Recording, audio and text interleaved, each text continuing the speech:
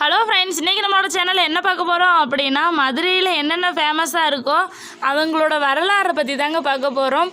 அதில் முதல் இடத்துல இருக்கிறது மதுரை மீனாட்சி அம்மன் கோவில் தாங்க. மீனாட்சி சுந்தரேஸ்வரர் கோயில்னு சொல்லுவாங்க.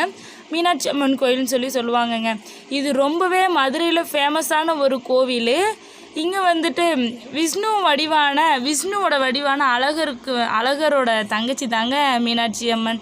இவங்க வந்துட்டு மீனாட்சி அம்மன் சுந்தரேஸ்வரர்னு சொல்லிக்கிட்டாலும் இது வந்துட்டு ஒரு சிவன் பார்வதியோடைய ஒரு அவதாரம் தாங்க மீனாட்சி சுந்தரேஸ்வரர்.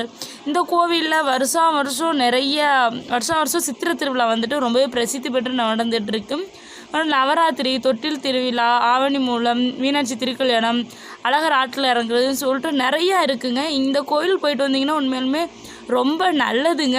கல்யாணம் ஆகாதவங்க இந்த கோவிலில் போயிட்டு கல்யாணம் பண்ணிக்க போகிறவங்க 2 பேருமே இந்த கோவிலில் மாலை மாற்றிக்கிட்டால் ரொம்பவே சிறப்புங்க. மாலை மாற்றிட்டா அவங்களுக்கு சீக்கிரமே கல்யாண தோஷம் கல்யாண தோஷம் வந்துட்டு விலகி இவங்களுக்கு நல்லபடியாக கல்யாணம் நடக்கும்னு ஐதீகங்க. கண்டிப்பாக மதுரை மீனாட்சி அம்மன் கோயிலில் போயிட்டு அம்மனோட அருள் பெற்றுட்டு வாங்க.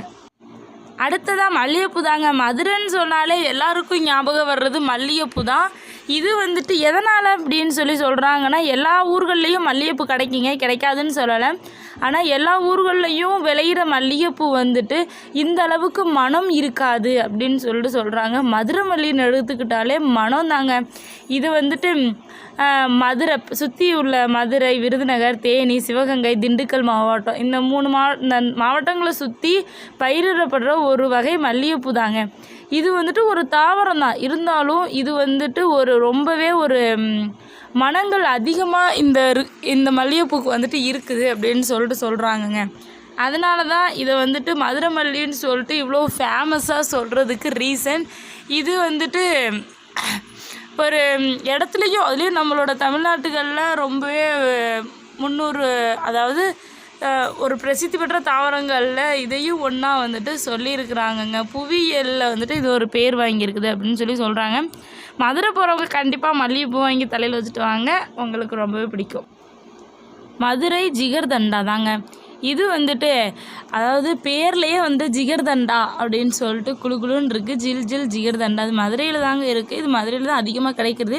இந்த இது சுல்தான்கள் நம்ம ஆட்சி செஞ்சிட்ருக்கப்போ உருவாக்கப்பட்டது அப்படிங்கிற மாதிரி சொல்கிறாங்க. பாண்டியர்களின் வீழ்ச்சிக்கு பிறகு 14ஆம் நூற்றாண்டில் மதுரையை சுல்தான்கள் சில காலம் ஆண்டாங்கங்க.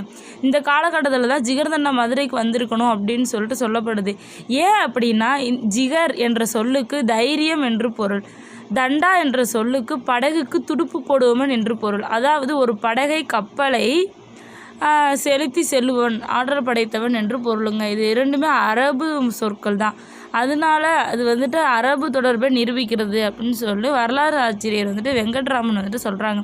அதனால் இது சுல்தான்கள் ஆட்சி செய்த காலத்திலேயே உருவாயிடுச்சு அப்படின்னு சொல்கிறாங்க. அது மட்டும் இல்லாமல் இந்த ஜிகர்தண்டா ரொம்பவே டேஸ்ட்டாக இருக்குங்க. மதுரைக்கு வர்றவங்க கண்டிப்பாக ஜிகர்தண்டாவை டேஸ்ட் பண்ணி பாருங்கள். எல்லா கடைகள்லேயும் கிடைக்கும். மேக்ஸிமம் ஜூஸ் கடைகள்லேயும் எடுத்துக்கிட்டாலே எல்லா கடையிலும் கிடைக்கும். அதுலேயும் ஃபேமஸாக எதுவும் ஜிகர்தண்டாவுக்குன்னே இருக்குதா அப்படின்னு சொல்லிட்டு செக் பண்ணி பாருங்கள். ஏன்னா அது ரொம்பவே உண்மையுமே டேஸ்ட்டாக இருக்கும். This video sponsored by BuyMode. The BuyMode e-shopping application is one of the online shopping app. இந்த ஆப்போட லிங்க் உங்களுக்கு டிஸ்கிரிப்ஷனில் கொடுத்துருக்கேன், மறக்காமல் செக் பண்ணி பாருங்கள். இந்த ஆப்பில் நிறைய ப்ராடக்ட்லாம் அவைலபிளாக இருக்குது. அது மட்டும் இல்லாமல் நம்ம வெளியில் கடையில் வாங்குகிற ப்ராடக்ட்லாம் இங்கே ரொம்பவே கம்மியான பட்ஜெட்டு கொடுத்துட்ருக்காங்க. மறக்காமல் செக் பண்ணி பாருங்கள்.